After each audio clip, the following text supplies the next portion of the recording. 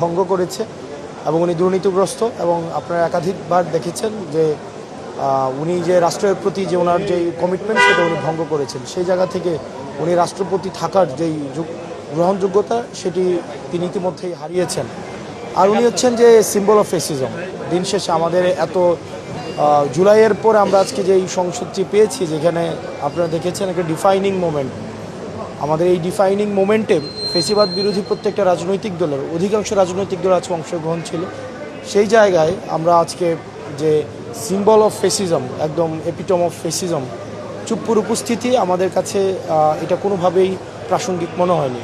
তো সেই জায়গা থেকে আমরা উনার পর্বটা আজকে যে আমাদের যেই শুরুতেই আমাদের কর্মপ্রণালী আমাদেরকে দেওয়া হয়েছিল, সেই জায়গায় শুরুতেই আমরা সিদ্ধান্ত নিয়েছি যে চুপ্পুর উপস্থিতি এই সংসদের যেই স্যাংটিটি আছে সেটাকে কম্প্রোমাইজ করে সেই জায়গা থেকে আমরা ওয়ার্কআউট করি। অভ্যুত্থান পরবর্তী সময়ে আমরা একটা নির্বাচনের মধ্য দিয়ে আবার আমরা একটা নতুনভাবে আমাদের নিয়মতান্ত্রিক গণতান্ত্রিক প্রক্রিয়া শুরু হয়েছে। সেই জায়গায় আবার ওনাকে দিয়ে শুরু হতে হবে।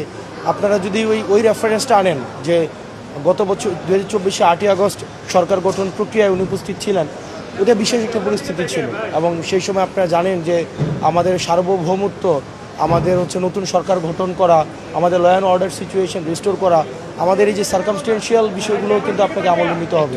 কিন্তু এখন যখন আজকের এই পরিস্থিতি তৈরি হচ্ছে, আমরা নিয়মতান্ত্রিক নির্বাচনের মধ্য দিয়ে অংশগ্রহণমূলক একটি নির্বাচন হয়েছে, সেটির মধ্য দিয়ে আজকে যখন নতুন করে আমাদের সংসদ পরিচালিত হচ্ছে, অংশগ্রহণমূলক একটি সংসদ পরিচালিত হচ্ছে, তো সেই জায়গা থেকে